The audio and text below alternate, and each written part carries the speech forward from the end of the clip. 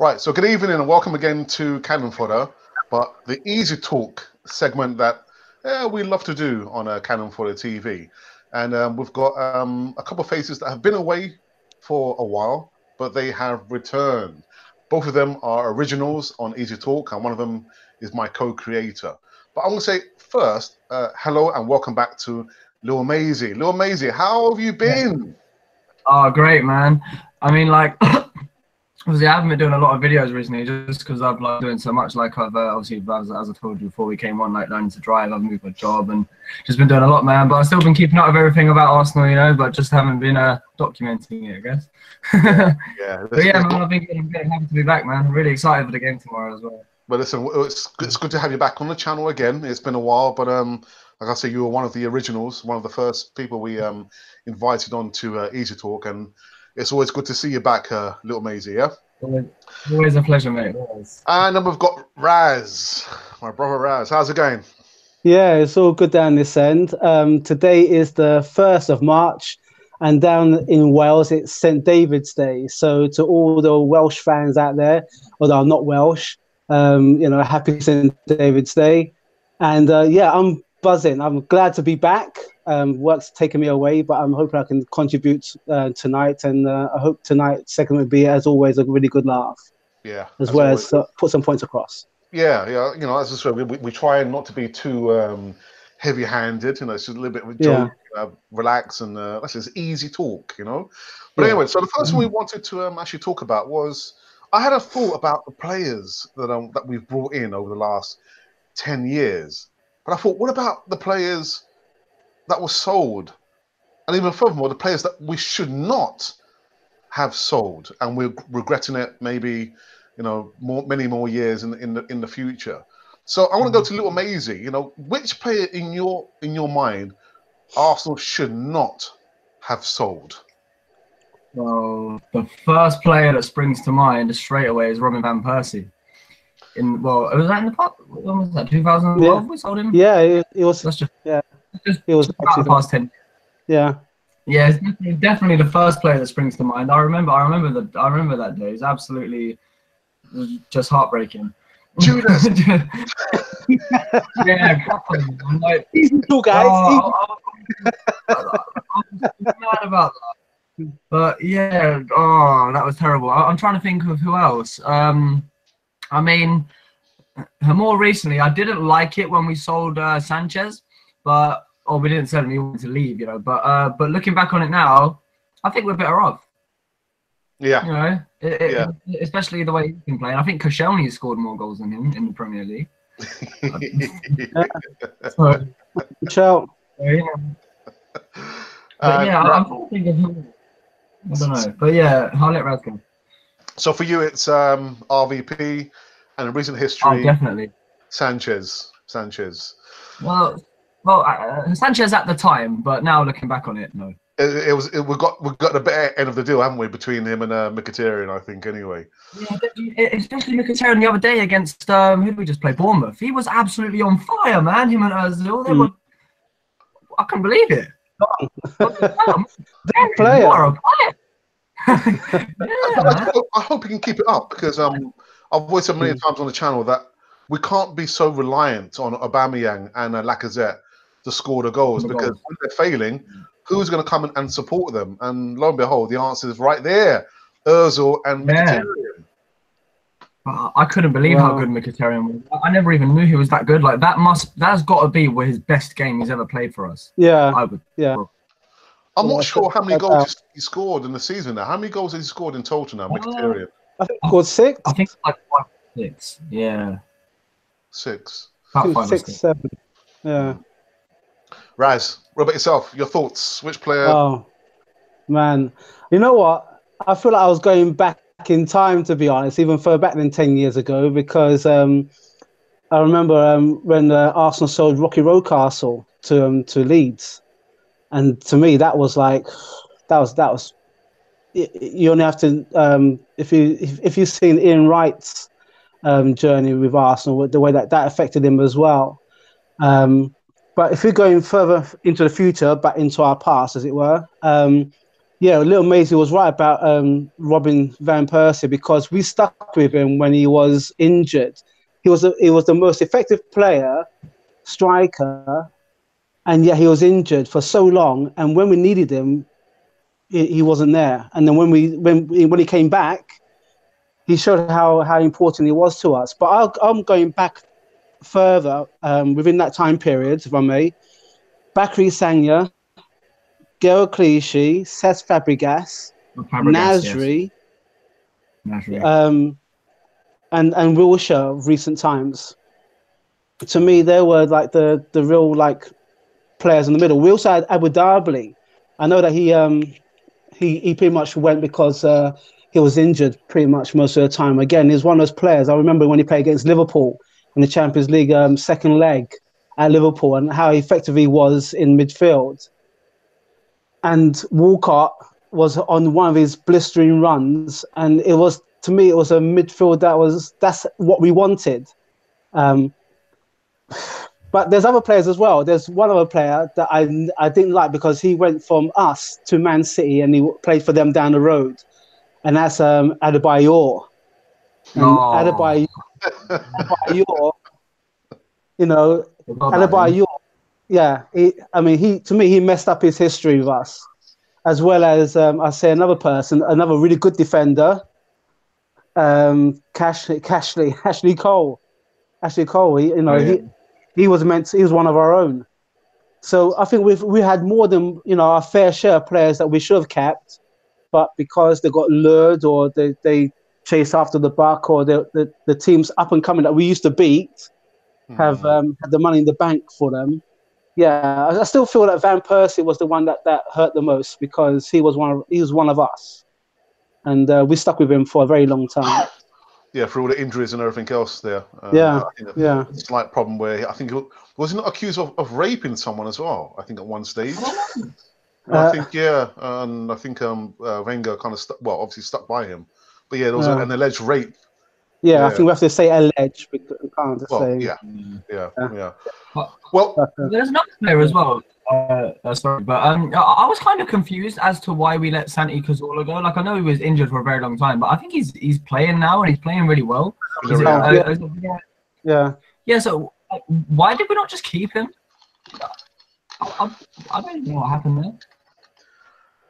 I think it's just probably down to because he was injured, and did he recover? Or he did recover, but they just decided not to. Yeah. But you're right, LilMazy. He's doing the business over there at Villarreal, isn't he? Oh, yeah. And they're in the Europa League. Like, we could come up against them per potential. Like, they are in the Europa League, aren't they? That'd be so weird. Yeah, so we come up against them. That'd be interesting. What about Eduardo? Yeah. Eduardo. He wasn't the same after he got injured, and after that horrific injury, he wasn't the same player, was he? Birmingham, wasn't it? Was it against Birmingham? Yeah. Well, for me, I've gone for someone in recent history, and that's Gabriel Paulista. Yeah. And the reason why I've gone for him is because our defense is not the best defense in the Premiership. This guy, when he came from Villarreal, he was the bee's knees, and it was just a shame that he didn't play as many games as Arsene Wenger should have played him. And I think, from my memory, that he was blamed a lot of times for the defensive errors there. But I think having Socrates and Paulista in the current defense would have been a fantastic pair in there. Fantastic. And I think we sold him for like peanuts. 5 or 6 million. Yeah, peanuts. Yeah. So for recent history, I think RVP would have been, for me, a little bit too obvious, But I've gone for Gabriel Paulista. We need to sort out the defense, really. Yeah, well, you see, I said Gael Clichy and Bakary Sagna because they were the pillars. After Ashley Cole had gone, they kind of stepped in, and it's like we didn't really miss him. We didn't really miss Ashley Cole. Those two were they were solid, a left back and a right back, and they could play anywhere. So defensively, they were the kind of guys that you'd really want to be able to, support the midfield or yeah. No, defensively speaking, they were to me they were solid. They were the solid guys, and I also was thinking about what came up was who wasn't one of ours. Sylvester. Sylvester came in as well. It wasn't one But of ours. No. Him and Gallas. Not Geez, one of ours. I don't know why. I don't know why we got hold of them when we did. Because we had youngsters in abundance, really, to step in. But as the record shows, they didn't last long, and and quite rightly, they went when they did. But even Gallas went to the other side as well, didn't he? So Yeah. Just goes to show. I don't. Well, just quickly go into the chat. I've got TC from I'm Gonna Talk. What's happened, brother TC? I hope you had a good holiday. I know you went to Thailand there. You didn't even send me a card, man. What's going on? But anyway, that's a different story. Apparently, TC is saying that what about Cesc Fabregas? He said that we should have built the team around him. Well, that's what happened, didn't it? When oh my gosh, I can't get his name now. Vieira. When Vieira was on the verge of going. The thing that got to me the most was when we was leaving Highbury and they were building the Emirates. There was I still got the magazine somewhere where Vieira was standing centre spot where they were going to build the Emirates, and the next thing it was like he wasn't there anymore after the FA Cup when we beat Man United. We started building Cesc Fabregas up, and then he played against him, didn't he? When Vieira went to Juventus. Yeah. And Cesc came on, and it's like, right, if you remember that midfield that we had Cesc, we had Firmini, we had Kleb, and we had Vizicki. And to me, it was like that was like the future midfield, and they played so well. I forgot a bit about Vieira, but then that year, 2008, 2009, when we were flying, all of a sudden, Eduardo went down, and then it seemed to show the vulnerability of having young players as well, because it's like they didn't know how to cope with that kind of injury or that kind of temperament of what happened. And then we drew that match at Birmingham, and then we end up like losing the Premiership. And I was thinking, well, if that happened when Vieira was there, Vieira would have pretty much just said to the team, look, we need to start showing our backs more and put this team away. So I was a bit mixed with Cesc Fabregas, but I must admit, when he played his last match for Chelsea and he was like, was upset and tears, I was thinking, no tears. Like, so it's like we didn't mean anything then, you know what I mean? LilMazy, what's your thoughts about Cesc Fabregas? Do you see him as a Judas? Or? Yeah, I forgot to mention Cesc Fabregas. I would have said him. I used to love him when I was a bit younger, because I remember when he was like playing in our team. That must have been around. How long ago was that now? Yeah, it was around that time.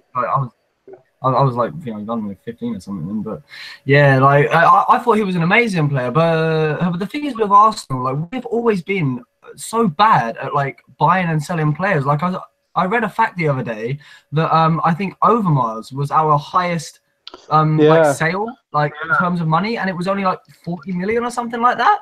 And it's like we've let guys go, like Henry, we let Vieira go, we let Fabregas. It's like, how have we not and Van Persie's, like how have any of these players not brought in more money than that? So I don't know, man. I think in terms of selling players, that's pretty poor.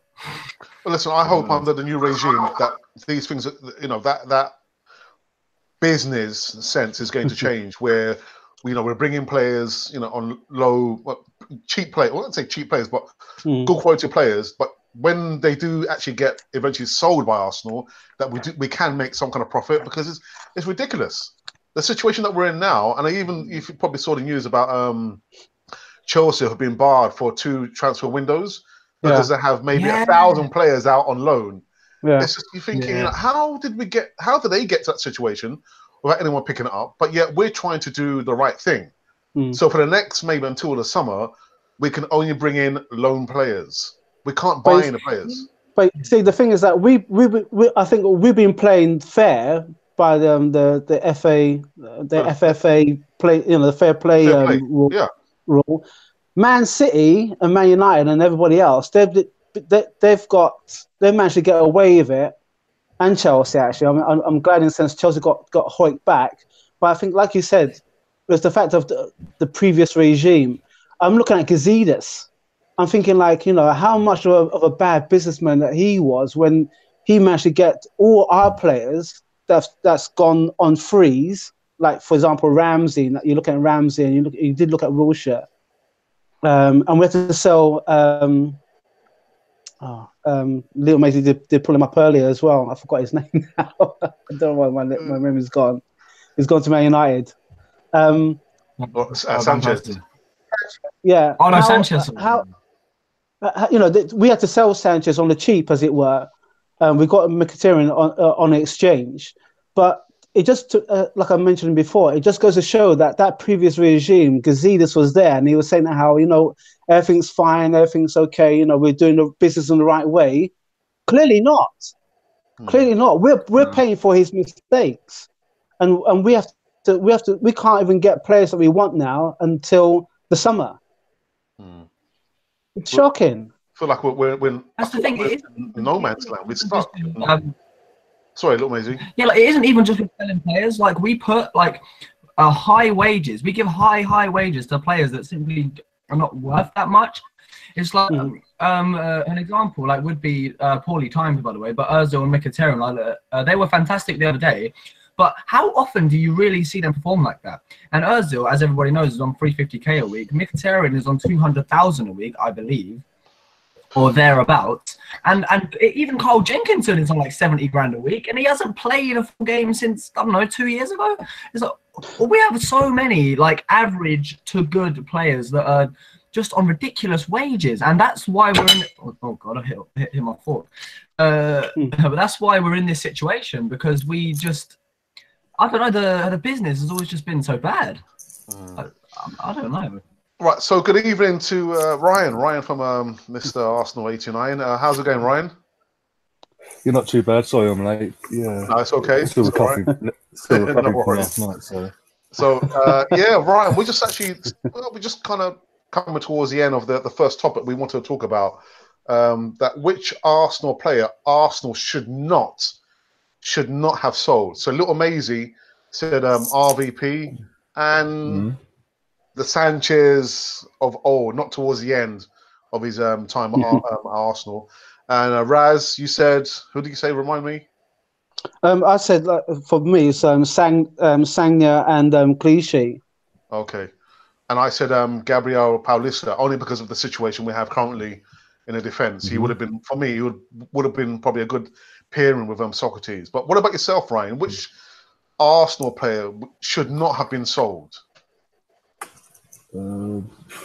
Top of my head, one that comes to mind straight away is Nasri, because at that time, I said Nasri. Yeah, he just had his best. He literally had one great season of us, and he was off to City. So at that time, he was hitting the peak of his powers. And because of the situation we were in, obviously we had to say, but if we hadn't, it's that summer as well where we lost him and Fabregas, our centre midfield pairing, and it just, and then Gal Clichy, that hurt. Clichy, to Man City, because he came through our academy system, Wenger brought him through. Yeah. He actually won a Premier League when he was middle with us, and he was part of. He was actually Cole's replacement.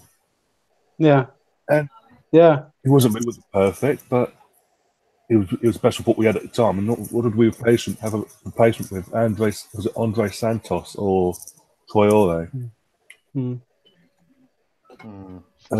Yeah, I'll get the RVP one as well. But what sort of sways away from that for me is because his age at the time, and then what 10 years of Arsenal. Yeah, he played one full season. Yeah.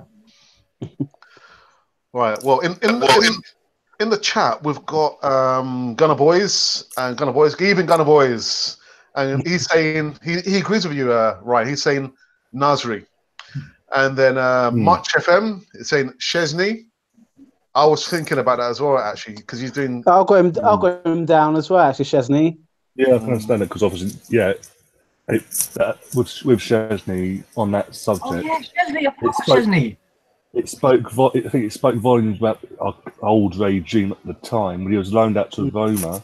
Within 3 months, he was already slacking off our coaching system. Yeah, he'd learned more in 3 months as a goalkeeper at Roma than what he'd done in 10 years in London at Arsenal.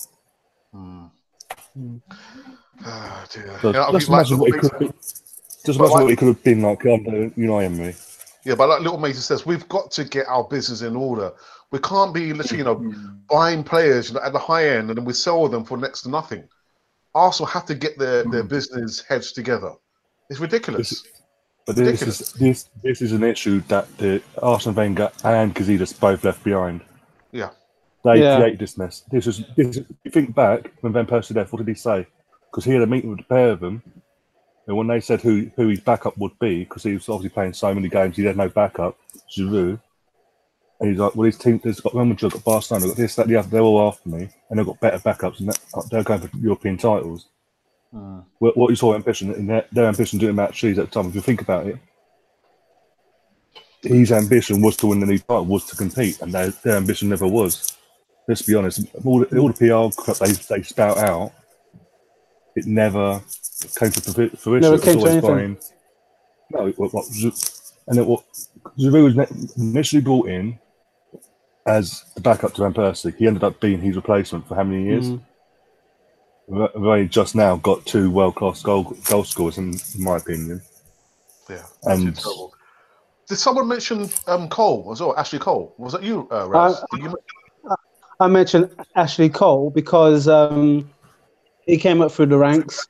He was seen as the possible future captain of Arsenal, and we don't need to go into the reason why he left. We all know the reason why he left. It's folklore, but at the end of the day, he was rated, one of the best defenders in the world, as it were. And he had the ability. If he was patient, which is something that I always seem, I say I'm a bit of an old head when it comes to that. But when you have youngsters who feel that they're more worth than where they are at the club, if you remember, Alex, when we was talking to Charlie George, he was saying how when he came in as an apprentice, you had to do the apprentice stuff. You had to clean all the boots. You had to do all the grime work. And I feel, as I mentioned this again before, I feel that that's what's missing. I don't want to sound, again, like old hand and things have moved on, but I feel that when you have when you have young players coming into a big club, as we are a big club, right? They have to understand the history. They have to understand the respect gained when you get that shirt. All the money, all the trophies and stuff will come after if you're good enough. And we had so many young players who are good, but start chasing the money. Where are they now? Where's the Nasris now? Where's the Gael Clichy's? Where's the Coles? Where's the Ashley Cole? They all played. They've got the bit of glitter and they've disappeared. So Arsenal need to start enforcing. Look, when you play for a club like us, this is the way that we do things. And it also begs me a question as well. The people on the board now, are they looking at the way that the club's been run properly? We all know that the money situation. How are we going to transform from where we are to where we should be? We should have been amongst the top 3 5-10 years ago.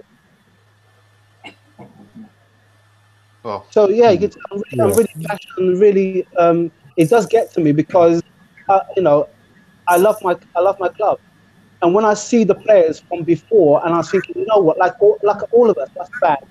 Yeah, we're gonna do something this year. Look what's happened now. 10 years on, we're in the Europa.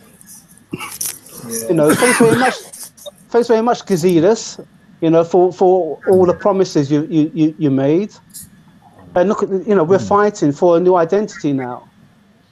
Well, I think Ryan's got. I think like, sorry, LilMazy. I think Ryan's got an appropriate T-shirt where he's saying, "Keep calm." Sorry, LilMazy. yes.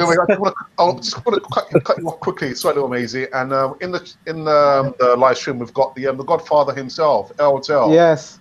Hi guys. Hi guys. Good. Yeah, all good.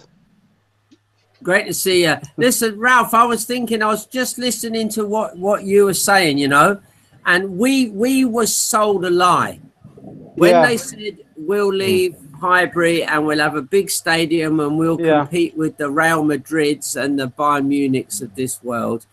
It was a lie. I think part of them, obviously, they didn't know that the big TV money was coming in, but these guys are not fools. At the end of the day, they've built a big stadium and they haven't put a penny in. We've paid for it. Okay, we've paid for it, but we're not dining at the top table. There's no doubt about that. And it's so sad, you know. I was at the match the other night, and my son and I went over to, you know, the Drayton Park pub, Drayton Park Tavern, it used to be called. And we were over there having a drink after the game, and two guys came up to us, and they were big Arsenal fans, chatting away. They both had Irish accents, and I said to them, "Are you guys Irish?" And they said, "Yeah." And I said, "Oh, great to meet you. My parents are Irish," all of that stuff. And they said, "We only get to 3 games a season." And they said, "We love Arsenal. We live Arsenal. Our whole life is based around Arsenal." One of them followed me on Twitter, and he said, "You know, I can only get to 3 games a season, and I love this club, and I love everything about it." And I was telling him all about Charlie George and all the different people I knew back in the day. But the tragedy is for us and our club is you've got this massive worldwide support. I know Alex is always saying, you know, this channel is for people all around the world, you know, and you've got this worldwide support. But at the end of the day, we've been sold short. We have been sold short. And I've just finished reading Emery's biography. And it's very interesting that I've combined that with some Twitter news I heard recently, and you can all see this, you don't need me to tell you, that Kroenke's decided to bring the sort of wage bill down. And obviously that's why they're not renewing Ramsey's contract. I personally think Ozil will go in the summer. So when our money, well, we always were, but we're now even worse. We are a money-making business. And I just sort of I compared that to these 2 guys who'd flown over from Ireland. This was one of the big highlights of the year. They loved it. They went up to the 12 Pins pub at Finchley Park later on, and they were meeting loads of gooners and stuff. And I thought, we've been sold a massive lie. You know? So it's tough, but you know, I missed the start of the program. I don't know if you were talking. Alex was saying you were going to talk about your most impressive player in the last 10 years. Well, slight variation. The player that Arsenal should not have sold within the last 10 years. Which player they should? Well, that's hard because the one player, and I'm saying this as kind of devil's advocate, really. The one player that I always come back to, I supported Arsenal through many, many years when we won nothing, and we got to cup finals and lost and lost and lost. And he's not popular around Highbury or around the Emirates at the moment, but Aaron Ramsey is the bloke I admire so most because he's always had the bottle in cup finals to score winning goals. And if you've been lucky like me to see him score those 2 goals, you know, there was a few seconds before he connected, certainly with the second one, the header at Chelsea. And I was standing there watching it thinking, oh, my God, within 2 seconds, he either scores or blows this. And he scored. And I admire those guys that when push comes to shove and they're up against good opposition, they can pull it out. And Rob Holding, unfortunately, is injured, but he played a great final that yeah, he year did. against Costa, you know. Yeah, So I think I got the question slightly wrong, but I definitely think like there's some players that we've lost, and we are losing Ramsey now. Now maybe we've seen the best years of Ramsey. He's a sort of bloke who runs on to a pass rather than plays with his back to goal, which is why Aubameyang.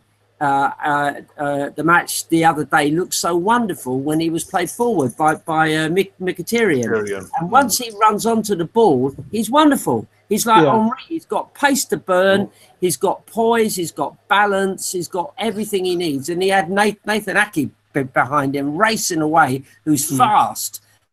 But he couldn't catch Aubameyang. He was gone.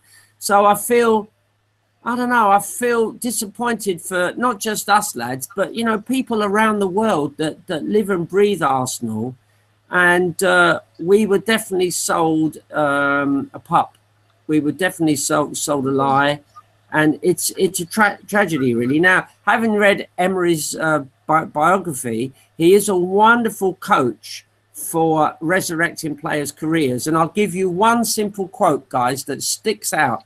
Monchi, the guy who's supposed to be coming as director of football, he said, and I'll never forget, I didn't even write it down because it was the sort of thing that sticks in your head. He said that Emery can bring players back to life. He's talking about players that are not good, they've lost whatever they had, and Emery can find whatever button it is or several buttons to press.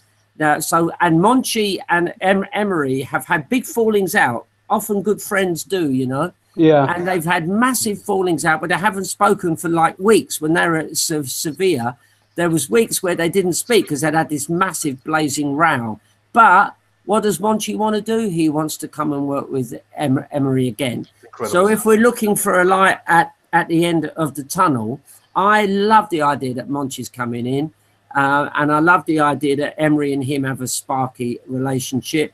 And if Emery can do, I mean, Emery's very good at, he doesn't have a lot of people have said on Twitter and whatever, does Emery have a style of play, as we all know about Wenger ball?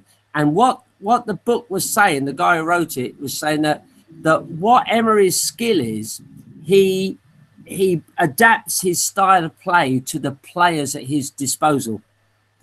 And that fits with obviously what Kroenke wants. Kroenke wants to get a director of football in, and Raul, Sanheli and all these guys to get in players and say to Emery, turn these guys into a team. And that's why we're seeing 4 at the back, 3 at the back, you know, a double pivot in the middle, wingers, you know, 2 guys up front. Because he's moving from game to game. I don't think nobody's used the epithet Tinkerman yet, thank God.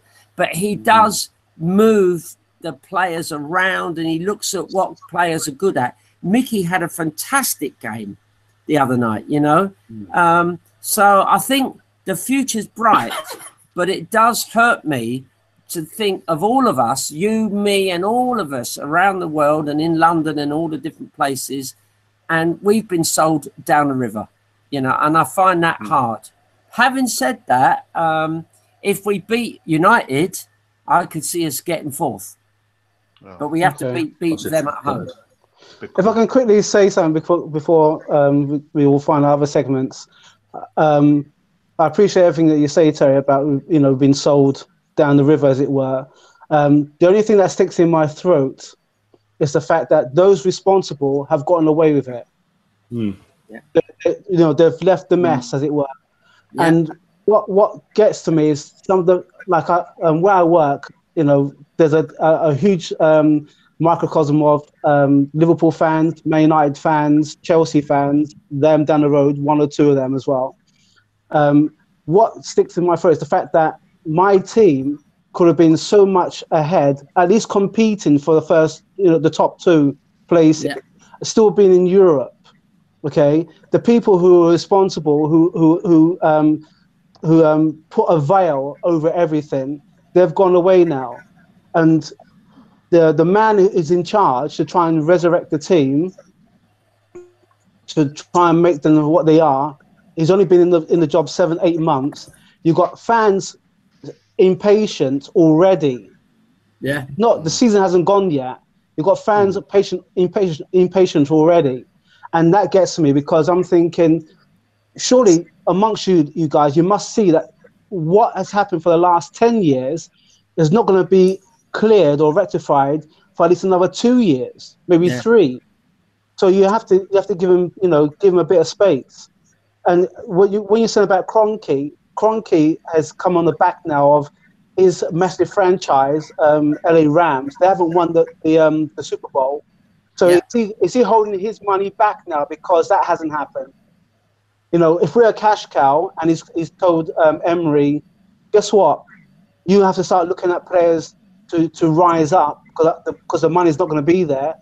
Does that mean that's sustainable? I don't think it's going to be sustainable, because we're still playing catch up with Man United, Man City, and Liverpool.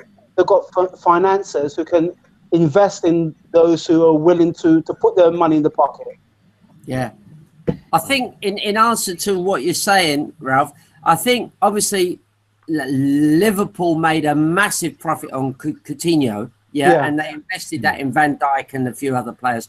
I think this summer we're going to try and follow that pattern. Now, we aren't going to get the kind of money for our players, but obviously Ramsey's gone. They've got him off the wage bill.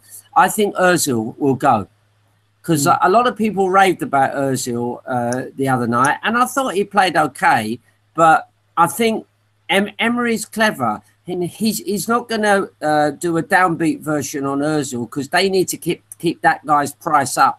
So I think between now and the end of the season, they'll play him in easy games. I mean, you're playing the bottom of the league teams, and of course he's going to be wonderful. He's a stunning player, but he won't put in the effort. He won't put in a shift, And Emery's style is you cannot have one player not putting in a shift. So I think he'll praise him and he'll play him in all the smaller games. Doubt if he'll play him against United. And they'll try and raise his value or keep his value as high as they can. And that's the only way we can generate money. I know financial fair play comes into it. I don't know how Man City have got around that over the years. Exactly. All right, so guys, we'll take a quick pause and just to remind the viewers and the subscribers, if you're watching the live stream now or at a later date, make sure you subscribe to Cannon Fodder, as well as to LilMazy. Do you have a Twitter account? You don't, do you? Yeah, it's at LilMazy online. All right, so make sure I'll put the link in the comments box. Make sure you follow Ryan and his channel, Twitter handle, and YouTube channel, as well as the Godfather himself. Yeah. And there's a question in the chat which goes to LilMazy from the English Conversation Club. And LilMazy, the question that what they're asking you is, do you think that Arsenal can still reach top 4? 100%, definitely. Yeah. And why not? We're in 4th right now, so if we just keep on top and we keep winning, there's no reason why we can't. But whether we can and whether I think that we will are two different things. Of course we can, but I'm not quite sure if we will, because the only tough games we really have to play are in the league are Tottenham and Man United, sorry, and we've got both of those are our next 2 Premier League games. Whereas the rest of the top 6 still have to play a bit more than we do. So the opportunity is clearly there. But if we beat Tottenham tomorrow and we drag them back into it, then and we don't lose against United, I would say 100%. But if I just don't know, man. I just don't know. I mean, my heart says yes, but it says maybe. Brian, do you think we can sustain or secure top 4 still, Ryan? If we get a minimum of 4 points on the next 2 games against Spurs and United respectively, whichever way round it is, yeah, I'll go so far to say we'll nick third. Okay. LTL, can we secure and solidify top 4? Yeah, I mean, let's place our faith in and trust in Emery. You know, he's a wonderful manager, and yeah, I mean, it's the most. I can't see us winning both of them, but yeah. Currently, Tottenham are not scoring a lot of goals when Harry Kane is playing. So the fact that he didn't get sent off and is playing may not be too bad a thing. Man United at home is going to be tough. Even if we don't get any points against Spurs, even United at home is going to be tough. But yeah, let's think positive and go for it. Can I do a quick shout out, guys? Yeah? Of course you can. Okay, this is to, I've just checked his name. His name's Brian Cahill, Cahill. They pronounce it Cahill in England, but it's Cahill in Ireland. He's from County Meath. He was one of the 2 guys I met. And I want to praise him because he was great company and he really loves Arsenal, just the way all of us guys do. I'll send him a text after this game and say, get on your channel and find it. But Brian and his friend, I can't remember his friend's name, but they were real gooners and they were loving all my stories. I was telling them about different gooners down the years. And, you know, that is the lifeblood of our club, you know. And yes, we are a London club, but we aren't just a London club. No. We're a UK-wide and a British Isles-wide and a worldwide club, you know. And I want those guys, even if they can only get to 2 or 3 games this season, they're part of the Gooner folklore, you know. Yeah. All right, guys, just quickly, I can hear some feedback. Does someone have their mobile phone volume up? Because there's a little bit of feedback. So check your mobile phone, we can make sure there's no feedback there. Yep. Okay. Right. So let's go on to the next segment, and that is. I can still hear the feedback. I've switched off my phone. Oh, my phone's on. All right. Okay. I don't even know where my phone is. All right. So the next thing we wanted to talk about was just a quick review on Arsenal versus Bournemouth. You know, I thought it was one of the best performances there, and as Elko says, you know, Mkhitaryan, his performance, you know, was probably his best in the red and white of Arsenal. Raz, what's your thoughts on Arsenal versus Bournemouth? 5-1. EMPHATIC. Well, it's good. It was good for us to score 5 goals. I think Bournemouth were pretty much there for the taking. I'm glad that we won at home. Glad we secured 3 points. We've got a bit of momentum now because it means that the next 2 matches are going to define our possible stay in the top 4, maybe top 3 at push. Mkhitaryan, to me, is the player that's the player that I wanted to see consistently. And I think he had an easy run-in against Bournemouth. And I'm cynical. I don't mean to sound cynical or anything, but I want to see him do that against the big teams. You know, I can't see any kind of incentive than to try and stick one on your old team. So if he's to play against Man United, I want him to do the same thing that he did against Bournemouth against Man United. I know tactically, you know, the teams are not going to, you know, vastly different, but we've got nothing to lose. If we slip down to 5, to the 5th place, to 6th place, then I'll see the season as, you know, we've given it a really good go, first season in. But yeah, Mkhitaryan played well. It was good to see Aubameyang and Lacazette score their goals as well. Koscielny came up from nowhere to score one from a defender's point of view.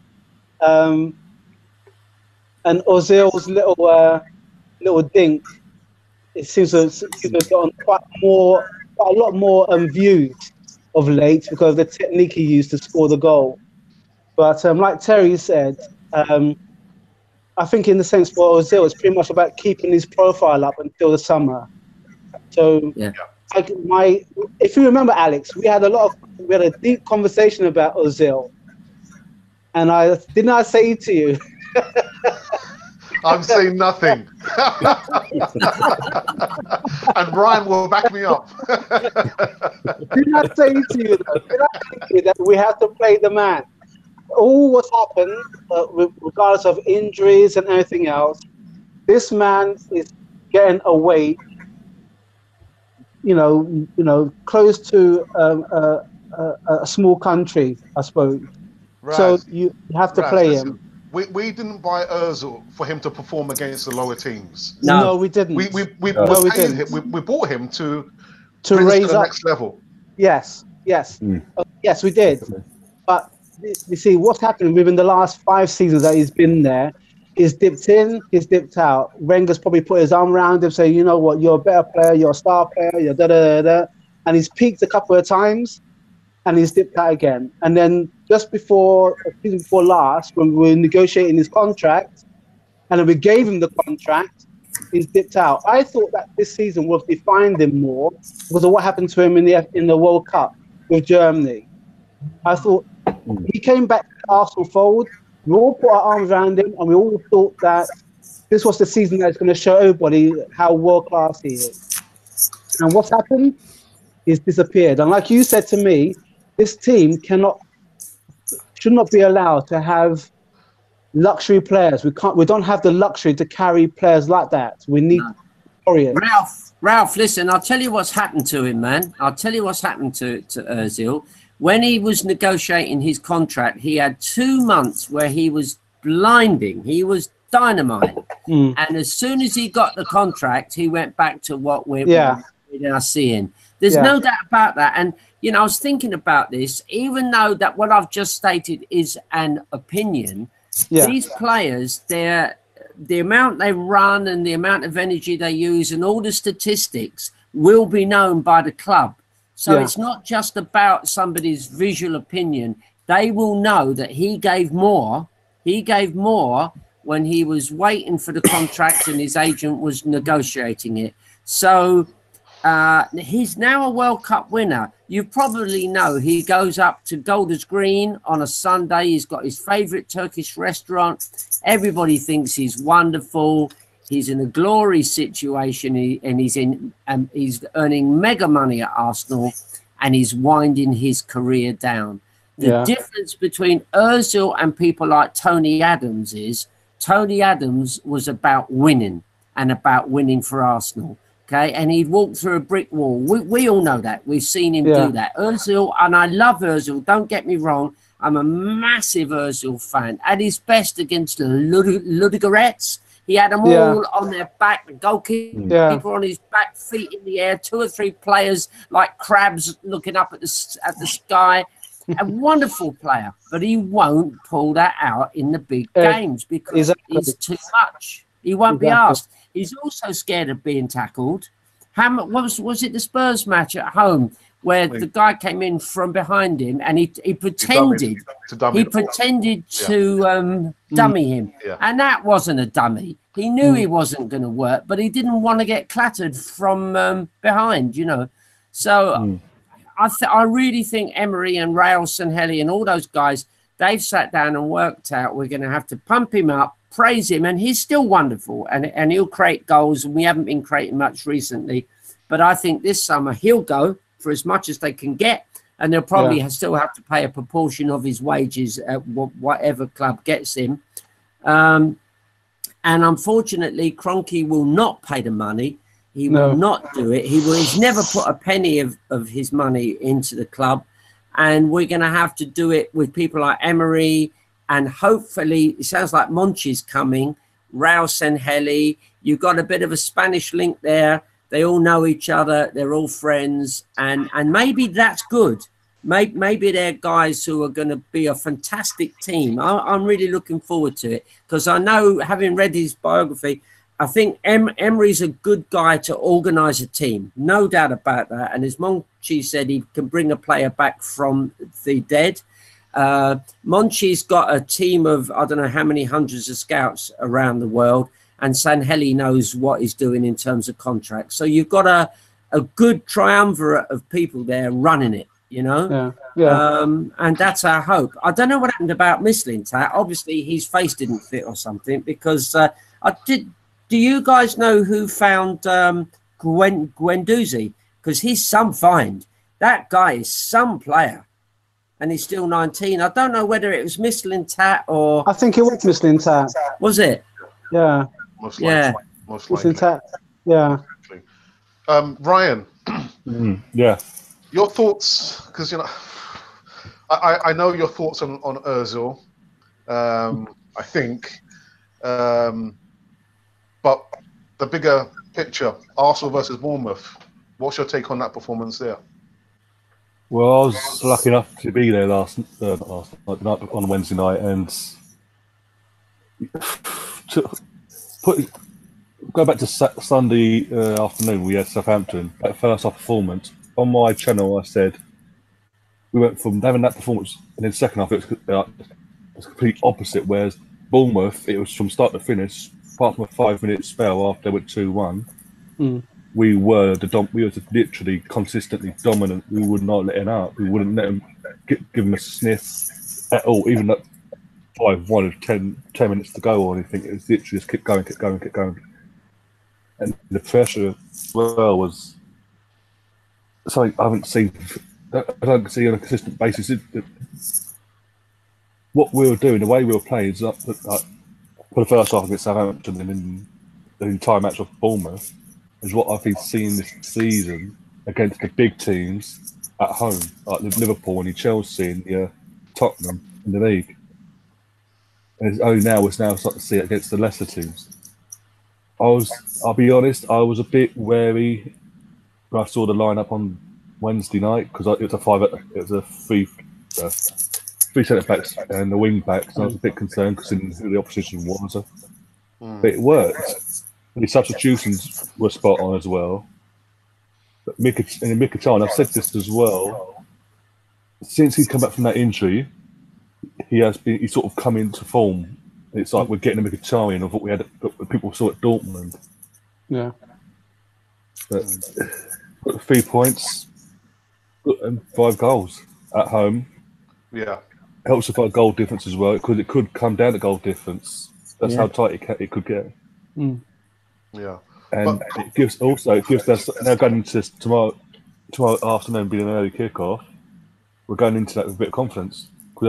We've won 3 league games on the bounce, and in between that, progress through Europa League. So that's 4 wins on the bounce, and we're scoring goals. We're league A goal if anything, but even then, it's a quick question to you, Ryan, and maybe to the panel. Are you more concerned about us getting the 3 points, or are you more concerned about the way that we are playing, knowing that there's only 10 more games in the Premiership to play? So, are the points more important for you guys, or is the performance more important? At this moment in time, I have to say the points. Yeah, I'm taking consideration as well. This is Emery's first season, as I've said previously on this channel before, and even on my channel. Emery is still from day one. He's been working out who fits his system. He's been told he's got to keep. He couldn't sell anyone basically. He had a little budget. But we all know why now. But basically, you need to work out who you want to keep and who you don't, and who works the system. And like Gary Neville said, he's given the likes of Ozil, Xhaka, Mustafi rope. Just giving them rope and see what they do with it. Yeah. And at the moment, they haven't been putting up trees. Let's be honest. And taking them through the equation, we've got a massive overhaul of players going at the club this season and this summer. Petchek's retiring. Koscielny's going to be gone. Welbeck will be gone.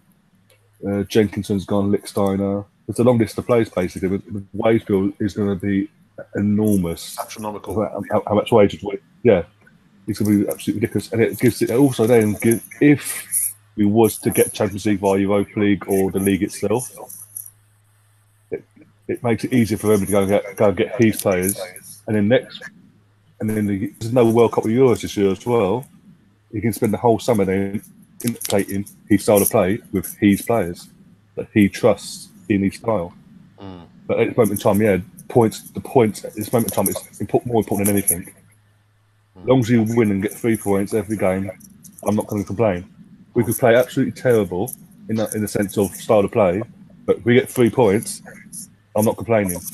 All right, guys. So just quickly, just to cut you off, Ryan. There's quite a few comments that's come through the chat. So let me just quickly read back right towards the beginning of the live stream, and I've got TC who mentioned at the beginning that we're selling players at a loss.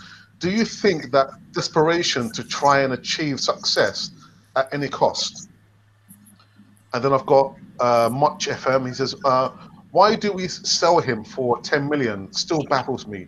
And yet the old manager kept check and sold Zeleshny. And then we've got Glenn DITM, who says, many people, including me, believe Europa League will be tougher to win than get in top 4. Look at the teams left in the Europa League. Do you guys... did you guys do your starting lineup? Well, actually, we haven't done the starting lineup yet. No. And then he goes on to talk about Ozil. He says, Ozil critics say he does not show up in big games. He needs to start Saturday and have a big game. If he does not even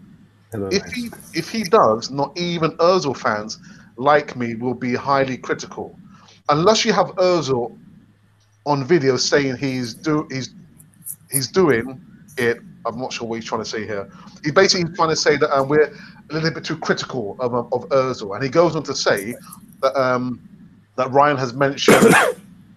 That, sorry, where are we? I've lost my chatter now. He's saying that saying Ozil is wonderful does not cover up your serious allegations. So he's basically supporting Ozil. Well, listen, the guys. I mean, I don't against Tottenham. It's going to be a blood and thunder game. Okay, it's a local derby. Form goes out of the window, and the team that plays with blood and thunder and passion has a great chance of winning it. And if I was Emery, I wouldn't dream of playing Ozil. I might keep him on the bench, but I wouldn't put him out as in the frontline troops. You need guys that are gonna die for Arsenal on that pitch. And if you can get them out there and get into Tottenham's faces, then anything can happen. But Emery called it really before the Bournemouth game. He said, what you have to remember is the 3 points against Bournemouth are worth the same as the 3 points we might get against Tottenham. So he's already got the first 3 points in the bag. And if he can get a point against Spurs and 3 against United, then it's all up for sort of grabs. But the Spurs match is going to be a tough one. But Spurs haven't been playing well since Kane came back. So maybe it's good Kane is still playing, you know. The irony. Yeah. That sounds like the old dark arts coming out there. The dark arts are coming out again, lads. Now, He'll probably play Liechtenstein. He's definitely a master of them. We'll be pulling him back, dragging him all over the place. Also, Liechtenstein's got experience against Tottenham last season against Juventus. He knows how Tottenham kick at Wembley. He came on and made a difference. No, but of all seriousness, we've got to look back to the first North London derby this season in the league. Ozil wasn't even in the squad at all, and we played we played a pressing style of play, got in their faces, and they didn't have to deal with it, and that was everyone on that pitch doing that. Would Emby really want to, even though it's away? It's Tottenham. He knows. He's obviously because he's in the Emirates. He now felt it, what it means to the fans and everything. Would he really want to risk playing Ozil? Yeah, you do. Yeah. I understand, boss. I understand. And then goes out the pitch and doesn't do the job. And then after on, we could be 2-0 down. Then you have to book him off, bring someone else on, recapture the cup, get us back in the game. So Ryan, and then that again. Ryan, is your feeling that he won't play Ozil? Or do you think he will play Ozil? To start with, I don't think he will. Yeah, he might be on the bench, He might be on the bench just in case if called upon. But yeah, I don't see him starting. I think if Özil was to start, he would have to do something totally not in his capacity. Yeah, he has to do something totally out of this world in order for 90. Yeah, he would have to do what them 11 players did back in December, or basically beginning of December. Emirates, be pressing, getting the faces non-stop, getting the tackles, get stuck in. Yeah. And he's not that sort of player. We know that. No. It's all well and good at doing it against a Bournemouth or Southampton, so to speak. But this is a Tottenham. This is a derby. This means everything to us. Yeah. This means more. Would you put it? Sorry to cut in. Yeah, go on. Sorry. All right. So that's a way. Would you play him against Man United at home?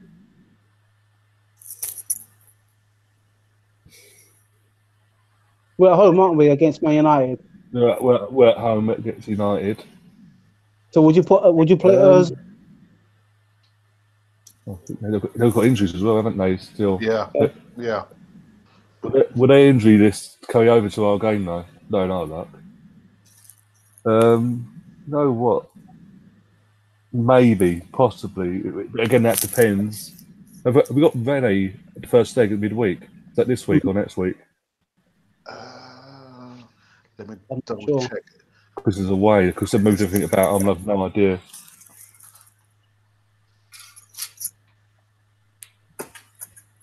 I'll tell you one bloke we haven't mentioned, lads, and I'm beginning to think maybe Emery's thinking of him as a replacement for Özil, and that's this Denis Suarez.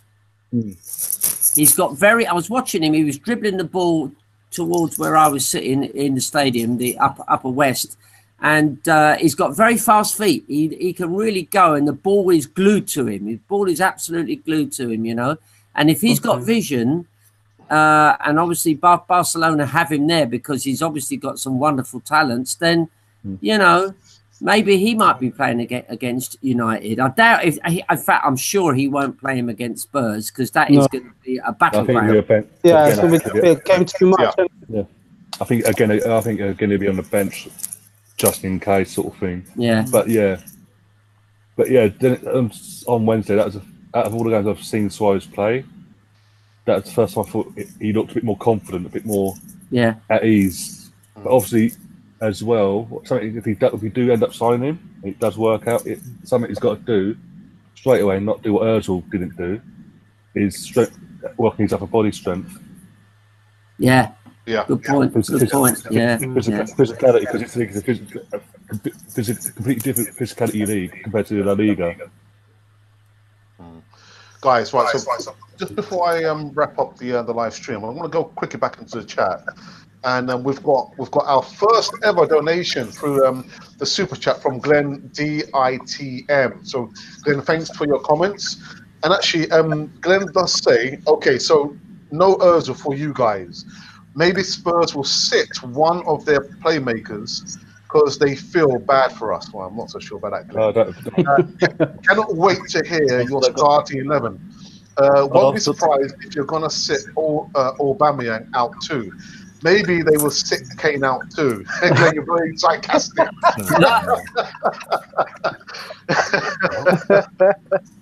And then we've got they're playing me a headbutt one of our players, calls the bloody nose. Stay on. But the referee saw it, so we won't fine him, we won't suspend him because the referee saw it. Doing at the time, which is absolutely ridiculous. What is there? It's there. Oh, no. Right, so guys, quickly, your predictions then for Saturday. And I'm going to start with the Godfather himself. LTL, your prediction, scoreline. Okay, I hope it's a draw, a 1-1 draw, but I would dream of a 2-1 win. That would be my dream, a 2-1 win. I don't think our defence is good enough. I mean, even against Bournemouth, we couldn't keep a goal out, you know. So I'm afraid that's going to happen. But yeah, I would love to see a draw. A 1-1 draw would do us lovely. And my dream would be a 2-1 win. And you know what? You're not in football if you don't dream. So 2-1 for me. Well said, Godfather. Raz. You know what? I think it's going to be a bit of a bloodbath.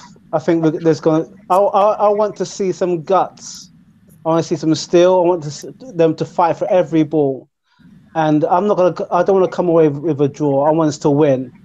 I want us to win. So either 2-1 or 3-1. And is that your head speaking or your heart speaking, Ralph? You see, I'm talking from my head. I'm talking from my heart. If I talk from my heart, I'll be saying, well, maybe we might come away with a draw, or it'd be nice to just come with. Nah, man, head. Play head games with them. 2 over 3-1. Ryan, prediction. 3-1. 2 clear goals. Hey! Just like we did in back in December. 2 clear goals. Nice one. Nice Lovely. one. Yeah. Ryan, can we see your T-shirt again? Keep calm and what?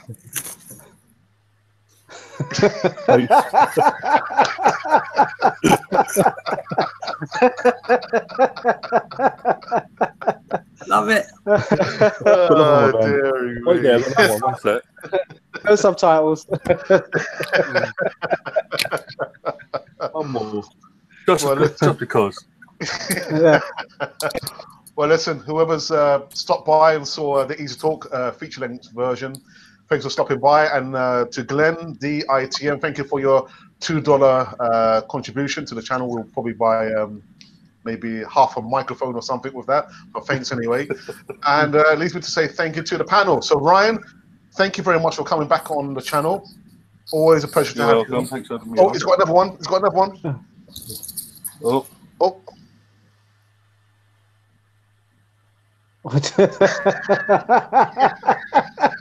Oh, wait, not on this channel.